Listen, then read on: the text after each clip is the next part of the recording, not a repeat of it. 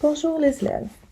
Aujourd'hui, on va aller voir l'échange de gaz et de nutriments qui a lieu dans le corps humain. On va faire une petite révision du système circulatoire, du système sanguin et du système digestif. On va voir comment tout ça est connecté ensemble. Donc d'abord, la question qu'on se pose, c'est comment est-ce que l'oxygène est absorbé par le sang et comment est-ce que le dioxyde de carbone est libéré du sang?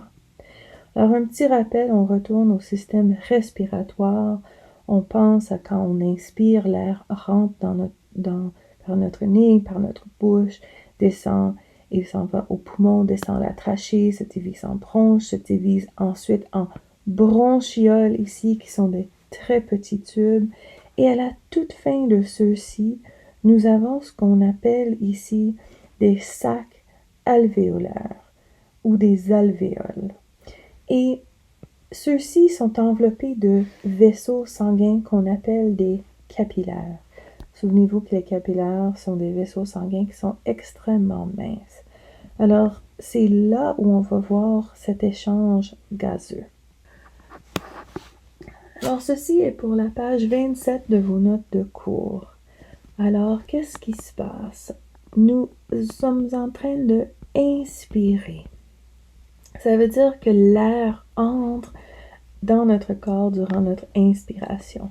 Alors, quand on inspire, on sait que l'oxygène sera en forte concentration quand je suis en train de inspirer. Tandis que le dioxyde de carbone, quand je suis en train de respirer, sera en faible concentration. Ça, c'est quand j'expire, les alvéoles se remplissent d'air en forte concentration d'oxygène. Maintenant, les capillaires qui arrivent, ça c'est les capillaires, mais en fait, ils transportent le sang qui arrive de l'artère pulmonaire. Alors, souviens-toi qu'on parlait du cœur. Le cœur va pomper du sang qui n'est pas oxygéné. Il va le pomper par l'artère pulmonaire jusqu'au poumon pour qu'il puisse aller chercher de l'oxygène.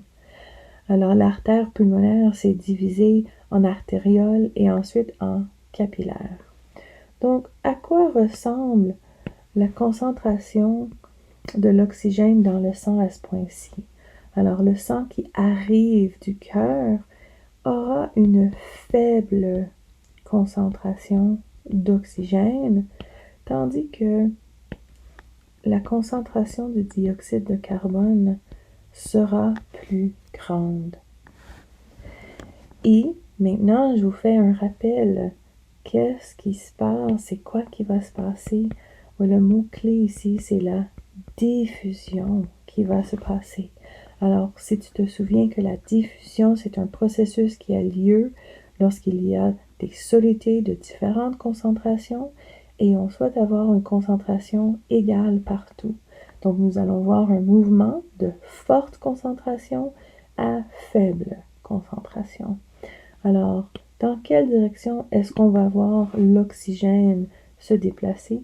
Bon, nous allons voir l'oxygène ici qui rentre dans le sang. Alors, voici à quoi démontrent ces flèches. L'oxygène qui est dans les alvéoles va rentrer dans le sang.